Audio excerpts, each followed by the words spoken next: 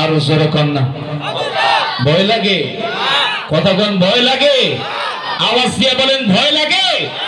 এই সেক্টর কারণে যত ধরনের সমাজের মধ্যে রাষ্ট্রের মধ্যে যত বিশৃঙ্খলা, মানে কি জানেন, এই চেটটা বসতে পারলেই কথা কয় কি কামাইতে পারে, বুঝেন নাই মনে হয় আপনারা, হ্যাঁ কথা কোন বুঝেন নাই মনে হয়, মাল মাল এত কামায় যেটা নিয়েও চাইতে পারে না, শেষমেশ ফালায় ধরে পলাইতো। আপনাকে এলাকায় নাই এরকম আল্লাহর বলি, সব তো খাজা মঈনুদ্দিন চিশতি, আপনাকে রগরি স্বামী চিনি না। 5 বছর আপনাদের মাঝে ছিলাম মহব্বতের সাথে, 11 বছর পার হয়ে গেছে, এখনো মনে হয় এখনো আমি আছি, কথা কয় না, সব সময় থাকো, কারণ আমার বাই করতে পারবো না, এই এলাকা তো আমার, কেরা নিব, কথা কয় না রে। সব সমস্যার মূল এই ক্ষমতা, ক্ষমতার লোক যখন কারো ভিতরে ঢুকে তখন সে মানুষ চিনে না, আল্লাহ খোদা চিনে না, তখন জুলুমবাজ হয়ে যায়। এই কারণে মনে রাখতে হবে, যারাই ক্ষমতার লোভী করবে দেখবেন ইচ্ছাকৃতভাবে যাওয়ার চেষ্টা করবে, বুঝবেন ডাল মে কুছ কালা হয়। ক্ষমতা চলবে, রাষ্ট্র চলবে একমাত্র কোরআনের মাধ্যমে, আল্লাহর আইনের মাধ্যমে, যেরকম ঠিক না বেঠে। যারা কোরআনের কথা বলবে, যারা মানুষকে জান্নাতের পথ দেখাবে, ইসলামের পথ দেখাবে, আগামীর বাংলাদেশ হবে কোরআনের বাংলাদেশ, ইসলামের বাংলাদেশ, যেরকম ঠিক না বেঠে। কোন তন্ত্র মন্ত্র বেশি না, আগামীর বাংলাদেশ হবে কোরআনের বাংলাদেশ। রাজি আছে তো যুবক ইনশাআল্লাহ? কারা কারা রাজি আছেন দুই হাত তুলে মালিককে দেখায় দেয়। আল্লাহ কবুল করুক, যেরকম আমিন, আর যেরকম আমিন। দেখেন কোরআনের মাধ্যমে আল্লাহ রাব্বুল আলামিন কিভাবে মানুষকে নাজাত দেয়, কিভাবে একটা রাষ্ট্র সুন্দর হয়, এটা বোঝানোর জন্য আপনাদেরকে একটা ঘটনা বলতে হবে। বনি ইসরাইলের মধ্যে, আমার কথা বুঝেন তো, এই পোলাপায় নাড়াচাড়া দিও, এদিকে তাকা, সব কয়টা তো আল্লাহর ওলি দেখা যায়। শয়তান তো কয় এই ওলির এই খোঁচা দিলে এই বাকিগুলি দেখবেন বেজার লাগবে, কোনো কথা নেই, আমার দিকে তাকা। বনি ইসরাইলের মধ্যে হাজার হাজার নবী আল্লাহ পাক প্রেরণ করছে। তো বনি ইসরাইলের মধ্যে একজন পয়গম্বর আসছিলেন, নাম হলো দানিয়েল আলাইহিস সালাতু ওয়াস সালাম। নাম কি বলে? দানিয়েল আলাইহিস সালাতু ওয়াস সালাম। তো বনি ইসরাইলের এই যে জাতি, এই জাতিটা ছিল কমবক। রাসূলুল্লাহ যখন হাবডাউন আরম্ভ করলো, দানিয়েল পয়গম্বর আসলো, তো তারা এই রকম ভাবে শিরিক সহ নানান ধরনের গুনার মধ্যে জড়িত হতে লাগলো। দানিয়েল পয়গম্বর ডাক দিয়ে বলে, দেখো তোমরা এর আগেও আল্লাহর নিয়ামতে তোমরা পরিপূর্ণ ছিলে এবং তোমরা ধন্য হয়েছে, তোমরা আল্লাহর সাথে কাউকে শরীক কইরো না, উল্টা পাল্টা কাজ কইরো না। বনি ইসরাইল জাতি ছিল কমবক, তারা তাদের খেয়াল মতো গুনার কাজ করতে লাগলো। রব্বুল আলামিন তাদের উপর আযাব দিয়ে দিলেন, জালেম বাদশাকে চাপিয়ে দিলেন। ইরাকের একজন বাদশার নাম হলো বখতে নসর। এই বখতে নসরকে তাদের উপর চাপায়া দিল। এটার মূল হাকিকত হলো, বান্দা যখন আল্লাহর অবাধ্য হয়ে যায় তখন আল্লাহ পাক ওই বান্দার উপর জালেম চাপায়া দেয়। মনে রেখে কি চাপায়া দেয়? জালেম চাপায়া দেয়। বখতে নসর আইসা বনি ইসরাইলের 70,000 মানুষকে হত্যা করছে, 70,000 মানুষকে গ্রেফতার করছে। এমনকি বাইতুল মুকাদ্দাস নাপাক কইরা পুরা বাইতুল মুকাদ্দাস এই রকম ভাবে দখল করে দেয়। বখতে নসর যখন এই রকম ভাবে সকলকে পাকড়াও করতে লাগলো, সাথে ওই যে দানিয়েল পয়গম্বর এরাও ধরে লয়ে গেছে। এখন জেলখানার মধ্যে সব একত্রিত হইয়া দানিয়েল পয়গম্বর কয় তার উম্মতরে, তোরাও মরলি লগে আমারও মারলি, তোরাও মরলি সাথে আমারও মারলি। বললাম যে এই রকম গুনার কাজ করিস না, আল্লাহ কিন্তু ধরে তো ধরে না, ধরলে কিন্তু ছাড়ে না, কথা কয় না। দানিয়েল পয়গম্বর এখন সবাই ধরছে, হুজুর মাফ চাই, আল্লাহর কাছে মাফ চান, আমরা মাফ চাই আর জিন্দেগিতে গুনাহ করুন না। সুবহানাল্লাহ। আল্লাহ রাব্বুল আলামিন কালামে হাকিমের মধ্যে ডাক দিয়া বলেন, قل يا عبادي الذين أسرفوا على أنفسهم لا تقنطوا من رحمة الله إن الله يغفر الذنوب جميعا إنه هو الغفور الرحيم। রব্বুল আলামিন ডাক দে বলে, গোলাম যখন আমি আল্লাহ রব্বুল আলামিনের কাছে মাফ চাইবে, আমি রব্বুল আলামিন যদি সাগর পরিমাণ গুনাহ হয়, যদি তোর গুনার মাধ্যমে আসমান জমিন সব পরিপূর্ণ হয়ে যায়, আমি রব্বুল আলামিনকে শুধু আল্লাহ বলে ডাক দিতে দেরি, আমি রব্বুল আলামিন তোদের জিন্দেগীর গুনাহগুলি মাফ করতে দেরি করি না। শুধু মাফ করি না, ফাউলাইকা ইউবাদদিলুল্লাহু সাইয়্যাতিহিম হাসানাত, আমি রব্বুল আলামিন তোদের গুনাহগুলিকে আমি আল্লাহ নেক দ্বারা পরিপূর্ণ করে দেই।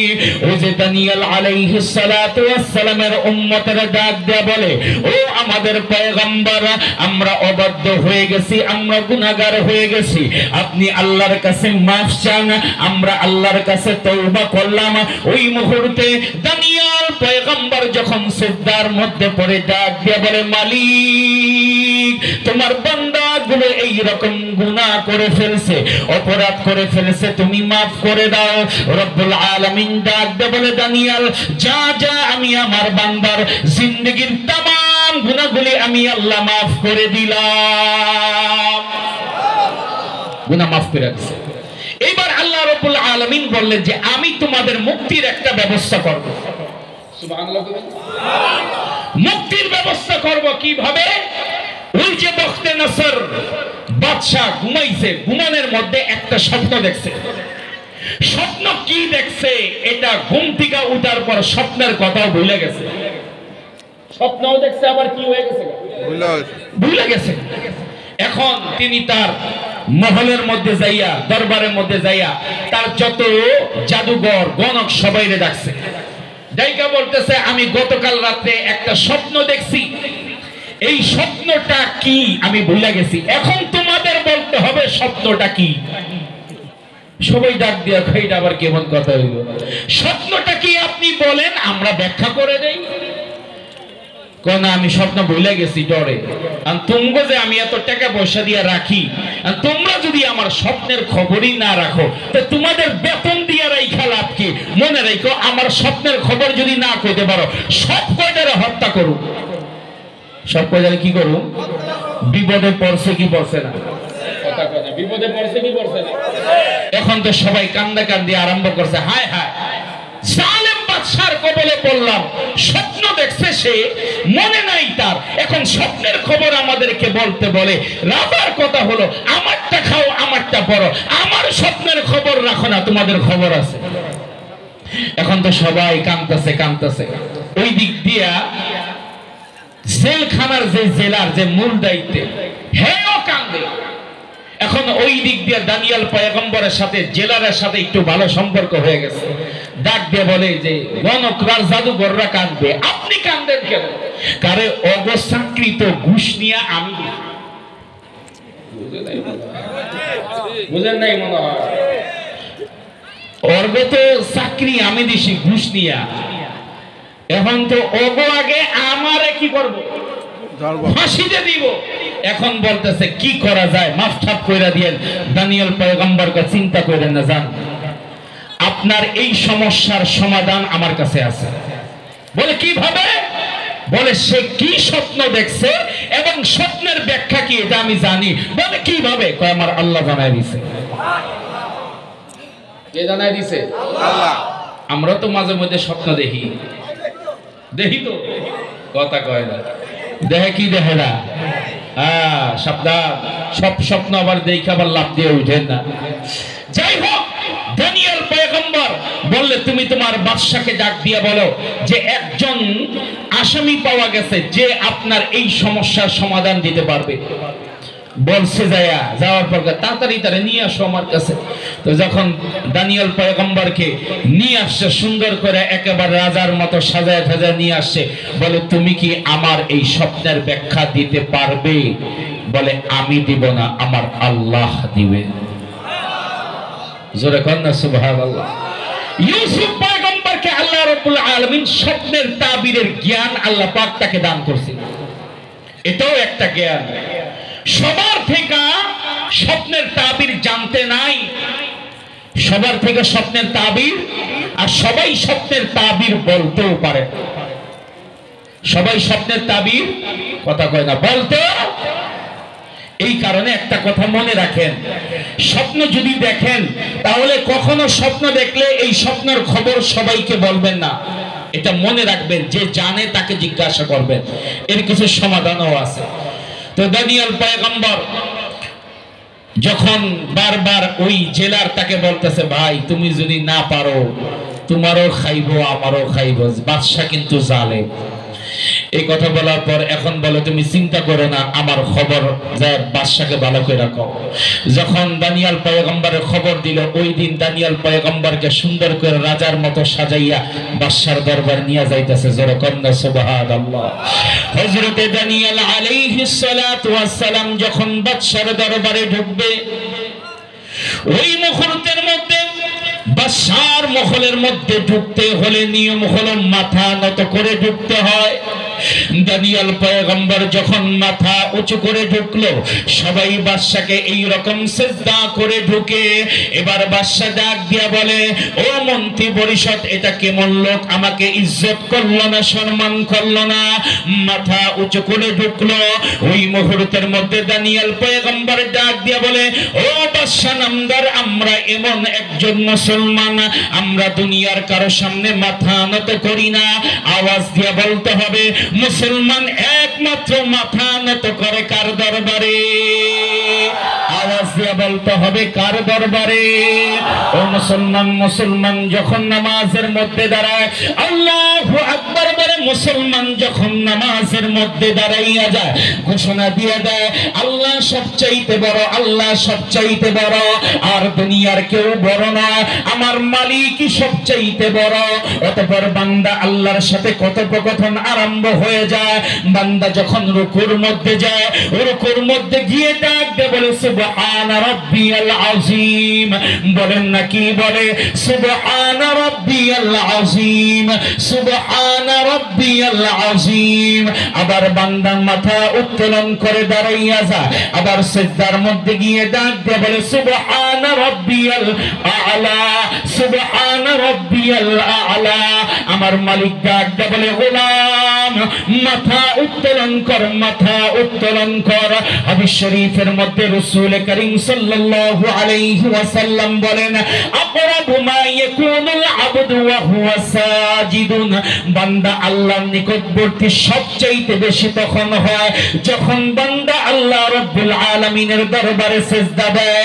আরেক হাদিসের মধ্যে আসে, বান্দা যখন সিজদা দেয়, বান্দা যেন জমিনে সিজদা দিল না, বান্দা যেন আল্লাহর কুদরতি পায়ের উপর সিজদা দিল।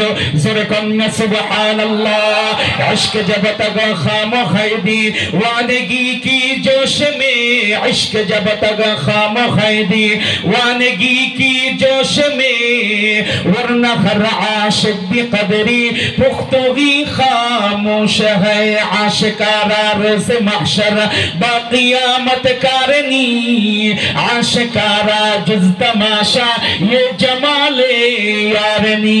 आशिकों से क्या मज़ा है, माशुकों से पूछियो, शाख गुल में क्या बू है, बुलबुली से पूछियो।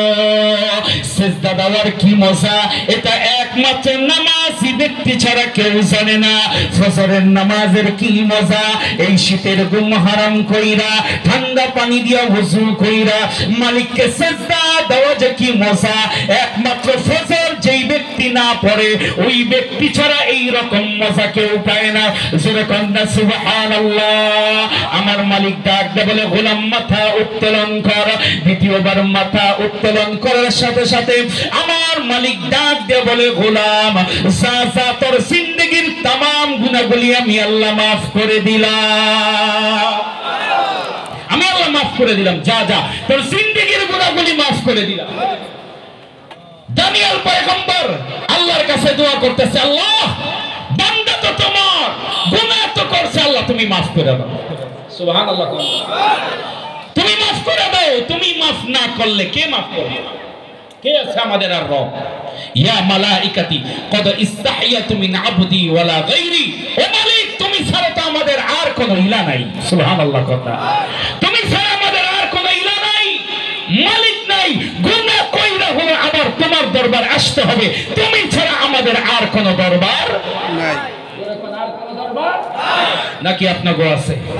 বাবার দরবার, পীরের দরবার, লাল শালু, কালা শালু, জটওয়ালা, বটওয়ালা, স্প্রিট বাবা, টাইগা বাবা, লেংটা বাবা, খেদাসার মাজার, বদনাসার মাজার, ডাইলচাল শাহ রহমতুল্লাহ আলাইহিল মাজার, শিয়াল শাহর মাজার। ও মুসলমান, বাংলার জমিনটা এমন, পীরের ব্যবসা সবচাইতে জমজমাট। হক্কানি পীরের পেছনে কিছু বাতিল পীর বের হয়ে গেছে, যারা মানুষের ঈমান হরণ করার জন্য চেষ্টা করে। ও মুসলমান, বাংলার জমিনের মধ্যে এমনও পীর আছে 12 বছর গোসল করে না। কথা কয় না রে, আছে না নাই? কত বছর? কথা কয় না, কত বছর? 12 বছর গোসল করে না। কয় এটা পীরের কেরামতি। নাউজুবিল্লাহ, কয় এটা পীরের কেরামতি। তার সবচাইতে বড় ওলি তো তাহলে কুত্তা হয়ে যাবে, ল্যাংটা হয়ে গেছে। হ্যাঁ, আপনার এলাকায় ল্যাংটার মুড়ি থরিদ আসেনি? কথা কয় না। আচ্ছা রাগ করে না, আমি আপনাকে একটা কথা কই, আমার রসুলের চাইতে বড় কোন পীর আছে? এত আস্তে কইলেন আপনারা না? আমার রসুলের চাইতে বড় কোন আল্লাহর ওলি আছে? না। আরে জোরে কোন আছে? নাই। এমন পীর আছে রসুলের লগে তুলনা না, গোসল তো করেই না, আবার কয় আমগো নামাজ লাগে না। এক ঘটনা মনে পড়লো, কইয়ালা মনে না করলে বুঝুম কেমনে? কোন না কেলে কোন? এই শুনেন, এক পীর এক মুরিদের বাসায় বেড়াইতে গেছে। কই? কথা কয় না। কোন দুপুর হয়ে গেছে, মুয়াজ্জিন সাহেব আযান আরম্ভ করছে। আল্লাহু আকবার, আল্লাহু আকবার, আযান হয়ে গেছে। এখন মুরিদের বউ কইতাছে, মুরিদ রে, স্বামীরে বলতেছে, তোমার পীর কি মসজিদে নামাজ পড়তে যাইতো না? কয় যাইবো, আমার পীর কি নামাজ ছাড়া থাকে নাকি? পীরের কাছে গেছে, পীর নামাজ পড়বেন না? পীর ধমক দিয়ে বলে, বেয়াদব, আমি কি আর নামাজের পর্যায়ে আছি? আমি তো ফানা ফিল্লা হয়ে গেছি, আমার নামাজ লাগে না। মুরিদের বউ বুঝা লাইছে এটা কয় নাম্বার পীর। ওই দিক দিয়া কয়, এই কথা তোমারে বলছে কে? কয় আমার বউ কইছে যে আপনি কি নামাজ পড়বেন না। পীরের মনে মনে কয়, মনে হয় মুরিদনির মনে হয় আমার ব্যাপারে কোনো সন্দেহ হইছে। এখন ডাক দিয়ে বলতেছে, মুরিদ বলতেছে যে সুন্দর কইরা ভালো করে আমার পীর খাইবে, ভালো করে কি করো তা করো। আমার পীর দিলে দিলে নামাজ পড়বে। কি করবে? কথা কয় না, দিলে দিলে নামাজ পড়ে। এই দিকটা পীর মনে মনে কয় কিছু কেরামতি দেখাই মুরিদ নিরে। তো হাতের মধ্যে লাঠি নিয়ে জমিনের মধ্যে বাইরে আর কয় হুস হুস হুস, দৌড়ে আইছে। পিসাব কি হইল? কয় কাবা ঘরে কুত্তা ঢুকছিল, খেদায় দিলাম। নাউজুবিল্লাহ কইবেন না? কাবায় কি ঢুকছে? কাবায় কুত্তা ঢুকে আর বাংলাদেশ থেকে হ্যাঁ খেদায়। মুরিদ নাকি আপনি কয় নাম্বার পীর একটু দেখি। তো দুপুর 2:30 বাজে গেছে, ভাতের থালি দিছে, ভাত দইরা সামনে দিছে, পীর সাহেব বইয়া গেছে আধা ঘন্টা পর্যন্ত। এবার মুরিদ নিয়ে আইসা, মুরিদ আইসা কয় পীর সাহেব খান না কেন? পীর সাহেব রাগ হয়ে কয় হুদা ভাত খাবো। কথা কয় না, হুদা ভাত খাবো। মুরিদ নি করছে কই যে আদা রান্দা থেকে, ওই যে চুলার থেকে লাকড়ি আইনা কয় বাংলাদেশ থেকে আপনি কাবার কুত্তা খেদান, ভাতের নিচে তরকারির হেটার খবর নাই। ভাতের নিচে যে তরকারি এটার খবর পান না, আর বাংলাদেশ থেকে আপনি কাবা করে কুত্তা খেদান। এরকম কুত্তা খেদাই না পীর জোরে কোন আছে দাদাই? কি হবে বেঁচে থেকে অযথা বিদ্যা শিখে, যদি না গড়তে পারো শেষণবিহীন সমাজে তাকে।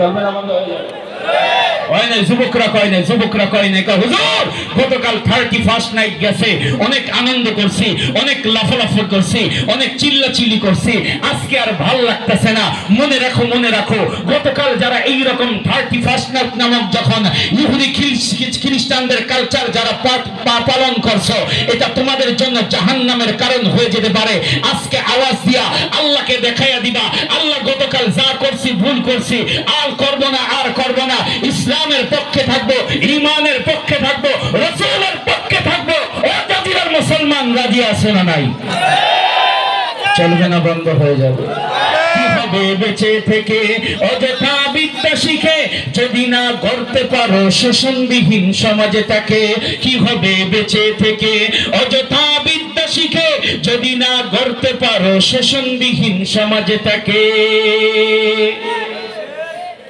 কি হবে ছাত্র সেজে চুমাকে সনদ খানা যদি হয় বিদ্যালয়টা প্রতি তাদের আড্ডাখানা কথা কয় না রে তার চেয়ে মরাই ভালো দেশ ছেড়ে যাওয়াই ভালো তার চেয়ে মরাই ভালো দেশ ছেড়ে যাওয়াই ভালো কি হবে ধোঁকা দিয়ে বিবেকটাকে কি হবে ধোঁকা দিয়ে বিবেকটাকে বলেন কি হবে বেঁচে থেকে অযথা বিদ্যা শিখে যদি না গড়তে পারো শোষণবিহীন সমাজে তাকে কি হবে বেঁচে থেকে কি হবে বেঁচে থেকে কি হবে বেঁচে থেকে কি হবে আলেম হয়ে ইমাম সেজে সমাজেতে পারো যদি সত্য কথা উচ্চ স্বরে না বলিতে চাকরির ভয় করো যদি ছেড়ে দাও এই না গদি চাকরির ভয় করো যদি ছেড়ে দাও এই না গদি কি হবে ধোঁকা দিয়ে আল্লাহকে কি হবে ধোঁকা দিয়ে আল্লাহকে কি হবে বেঁচে থেকে অযথা বিদ্যা শিখে যদি না গড়তে পারো শোষণবিহীন সমাজে তাকে কি হবে বেঁচে থেকে কি হবে বেঁচে থেকে কি হবে বেঁচে থেকে কি হবে কিতাবাদির তালিম দিয়ে মাদ্রাসাতে যদি সেই খোদার কোরআন নিষিদ্ধ হয় আদালতে কাফনের কাপন মাথায় ময়দানে আয় ছুটে আয় কাফনের কাপন মাথায় ময়দানে আয় ছুটে আয় বিলিয়ে দে না তোদের জীবনটাকে বিলিয়ে দে না তোদের জীবনটাকে কি হবে বেঁচে থেকে অযথা বিদ্যা শিখে যদি না গড়তে পারো শোষণবিহীন সমাজে তাকে কি হবে বেঁচে থেকে কি হবে বেঁচে থেকে কি হবে শেষ নবীজির উম্মত বলে দাবি করে যদি সেই নবীর চেয়ার কাদিয়ানীরা দখল করে কাদিয়ানী আছে না নাই জোরখান আছে না নাই কি হবে শেষ নবীজির উম্মত বলে দাবি করে যদি সেই কাদিয়ানীরা নবীর চেয়ার দখল করে নবীজির জন্য যদি রক্তে বহে নদী নবীজির জন্য যদি রক্তে বহে নদী তবুও হটব না এই দাবি থেকে জাজিরার যুবকরা রাজি আছে ইনশাআল্লাহ হয় না আওয়াজ দিয়ে বলো জাজিরার মুসলমান রাজি আছে ইনশাআল্লাহ ইসলামের জন্য যদি আরেকটা যুদ্ধের ঘোষণা করা হয় সেই যুদ্ধের ময়দানে কারা কারা যাইতে রাজি আছে দুই হাত তুলে মালিককে দেখা দাও ও জাজিরার ট্যাং ট্যাং ট্যাং ট্যাং ট্যাং লইছে আল্লাহু আকবার কাদিয়ানী না কাফের কাদিয়ানী না কাফের ও জাজিরার মুসলমান ভয় পাওয়ার সময় নাই ঘুমিয়ে থাকার সময় নাই আবার মুসলমানদেরকে জাগতে হবে মুসলমান রাসূলের জন্য যদি ইসলামের জন্য ঈমানের জন্য যদি আরেকটা যুদ্ধের ঘোষণা করা হয় সেই যুদ্ধের মধ্যে যদি রাসূলের জন্য যদি রাসূলের ইজ্জত রক্ষা করার জন্য যদি সেই জিহাদের ময়দানে মা বাবাকে সন্তান হারা করতে হয় স্ত্রীকে বিধবা করতে হয় সন্তানকে পুত্র হারা করতে হয় যদি এই রকম ভাবে আমার পথকে ছাড়তে হয় ব্যবসা বাণিজ্য যদি ছাড়তে হয় রাসূলের জন্য যদি ফাঁসির কাস্টে ঝুলতে হয় রাসূলের জন্য যদি বুকের তাজা রক্ত দিতে হয় জাতির মুসলমান কারা কারা রাজি আছে দাঁড়াই আল্লাহরে দেখা দাও দাঁড়াই আল্লাহরে দেখা দাও দাঁড়াই আল্লাহরে দেখা দাও দাঁড়াই আল্লাহরে দেখা দাও আল্লাহু আকবার ইসলামের জন্য হুঁশিয়ার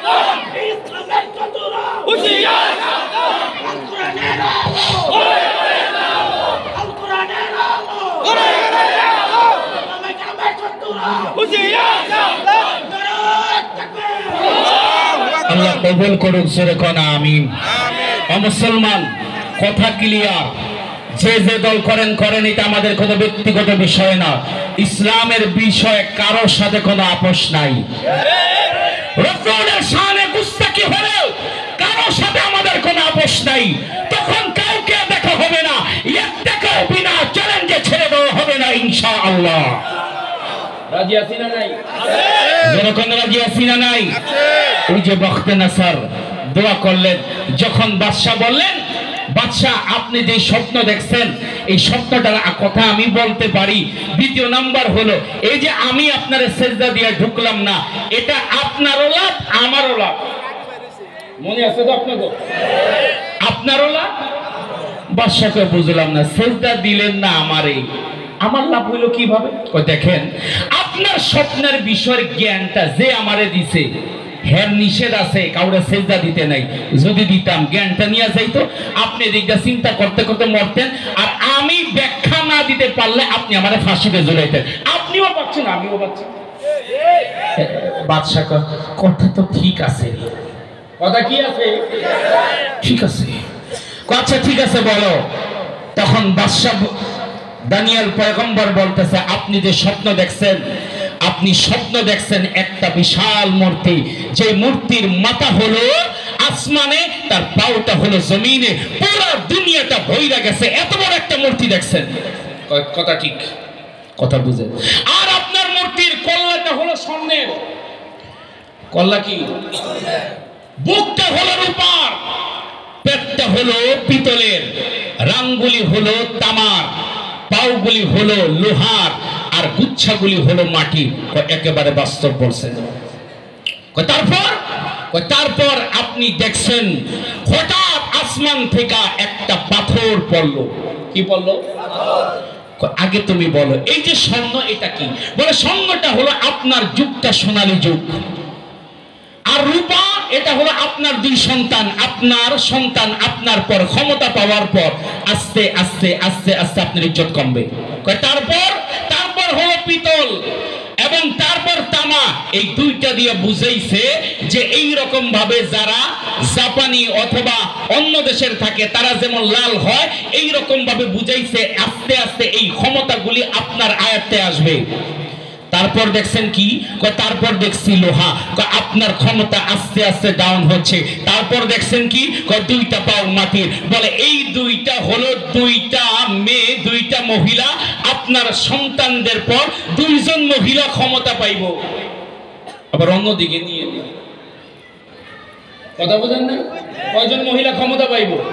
এবং এরা আপনার ইজ্জতকে একেবারে ব্যানিশ করে দিব। তারপর দেখলেন বিশাল একটা পাথর ওই মূর্তির মাথার উপর পড়লো। পড়ার পর এমন অবস্থা হয়েছে, স্বর্ণ, রূপা, পিতল, তামা, লোহা সব একত্রিত ওই পাথরের আঘাতে চূর্ণ বিচূর্ণ হইয়া, খালি চূর্ণ বিচূর্ণ হয় নাই, মাটির সাথে পর্যন্ত মিশা গেছে।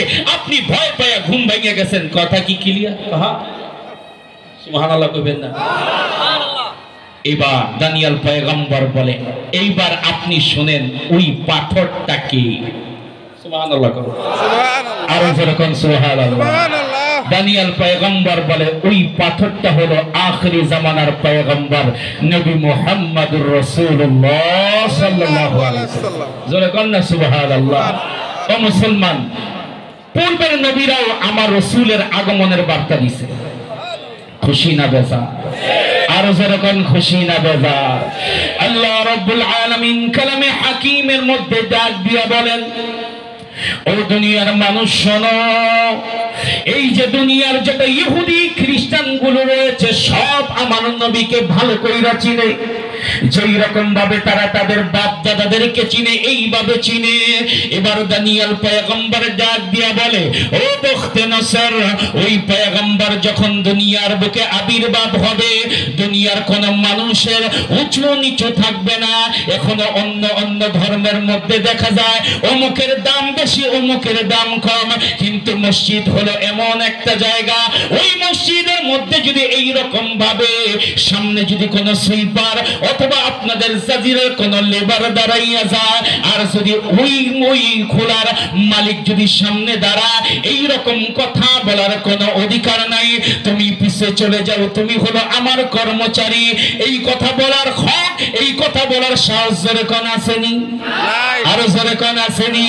শুধু এই রকম মালিক না, যদি মন্ত্রী বলেন, এখন ডক্টর ইউনূস বলেন, যদি এই রকম হয়ে যায়, নামাজের সর্বপ্রথম কাতারের মধ্যে এই রকম ভাবে যদি একজন মেতর দাঁড়াইয়া যায়, ডক্টর ইউনূস যদি আসে, এই রকম তার কথা বলার অধিকার নাই। আমি সামনে যাব, তুমি পিছে আসো। কারণ কেন অধিকার নাই? ওই ঘরটাই এমন এক মালিকের ঘর, যেই মালিকের ঘরের মধ্যে কোন মাস্তানি আর মাতবরি চলে না। কথা কয় না? ওই ঘরটা কার? আওয়াজ দিয়ে বলেন, ওই ঘরটা কার? আল্লাহর ঘরের মধ্যে আইন চলবে হলো একমাত্র কার? আপনি কমিটি, আপনি ঘরের মালিক না, আপনি কমিটি। কমিটি মানে হলো, সভাপতি মানে হলো মসজিদের সবচাইতে বড় খাদেম। আলহামদুলিল্লাহ। সেক্রেটারি দ্বিতীয় খাদেম। কথা কয় না? ক্যাশিয়ার তৃতীয় খাদেম। লেভেলে তারপর ইমাম, আপনি এক নাম্বার খাদেম। আপনি মনে করেন না আমি মালিক হয়ে গেছে, আলহামদুলিল্লাহ। আপনার জাতির মানুষ ভালো। 5 বছর আমি এই জায়গা বাদশাহী হালতে বয়ান করছি, এখনো করি না এটা না। আমার কয়দিন আগে আমার যে মসজিদে, আপনাদের মসজিদ থেকে বের হওয়ার পর 11 বছর আমার মসজিদের সেক্রেটারি কয়, হুজুর একটু ঠান্ডা বয়ান করা যায় না? আমি বুড়ো হয়ে গেছি, এখনো ঠান্ডা বয়ান? বুড়ো হয়ে গেলাম, 11 বছর মানে কি এক যুগ? কথা কয় না? এক যুগ, প্রায় এক যুগ। তবে মনে রাখেন, যতদিন থাকবো এই কথাগুলি বলবো। মনে না চাইলে আল্লাহর রহমতে কইবেন আসসালামু আলাইকুম দিয়ে চলে যাবো, কোনো সমস্যা নাই। উলামায়ে কেরাম হরকত করবে তো বরকত হবে। উলামায়ে কেরাম কি করবে? হরকত করবে তো। এটা মনে রাখেন, রিজিকের মালিক কে? শাহাদাত আঙ্গুল আসমানে দিয়ে বলেন, রিজিকের মালিক আল্লাহ। আর সবাই বলেন কে? এটা মনে রাখেন। এই একটা কথা যদি মনে রাখেন, কমপক্ষে 80% টেনশন ফ্রি হয়ে যাইব। 80% বিশ্বাস করেন, আপনি যা পাইবেন, যা খাইবেন, লিপিবদ্ধ হয়ে গেছে। আপনি চিন্তা করে লিপিবদ্ধ হয়ে গেছে। দানিয়েল পয়গম্বর ডাক দিয়ে বলে যে ওই পাথরটা ছিল নবী মুহাম্মদ রাসূলুল্লাহ সাল্লাল্লাহু আলাইহি ওয়াসাল্লাম। তিনি যখন আসবেন তখন দুনিয়ার সব বাদশা নিচু যা আছে উঁচু নিচু সব সমান করে দিবে, সব এক কাতারে দাঁড়িয়ে যাবে। এটা একমাত্র ইসলামের মধ্যেই সম্ভব, বাকি অন্য কোন ধর্মে এই লেভেলটা সম্ভব না। দানিয়েল পয়গম্বর এই কথা শোনার যখন বললেন, বাদশা তো বলে আপনি আমার উপকার করছেন, যা বলছেন ঠিক এই অনুযায়ী আমি স্বপ্ন দেখছি। সুবহানাল্লাহ কয় না রে? কি দেখছি? স্বপ্ন দেখছি। কয় এইবার আমি আপনারে ছাড়ুন না। দানিয়েল পয়গম্বর তো ভয় পেয়ে গেছে, কয় কি ছাড়বেন না মানি? কয় না, আপনি আমার একজন মন্ত্রী পদে থাকবে এবং আমার পরামর্শ দিয়ে আপনি আমার চলাইবেন, আপনি আমার গুরু। সুবহানাল্লাহ কয় না রে? আপনি আমার কি গুরু?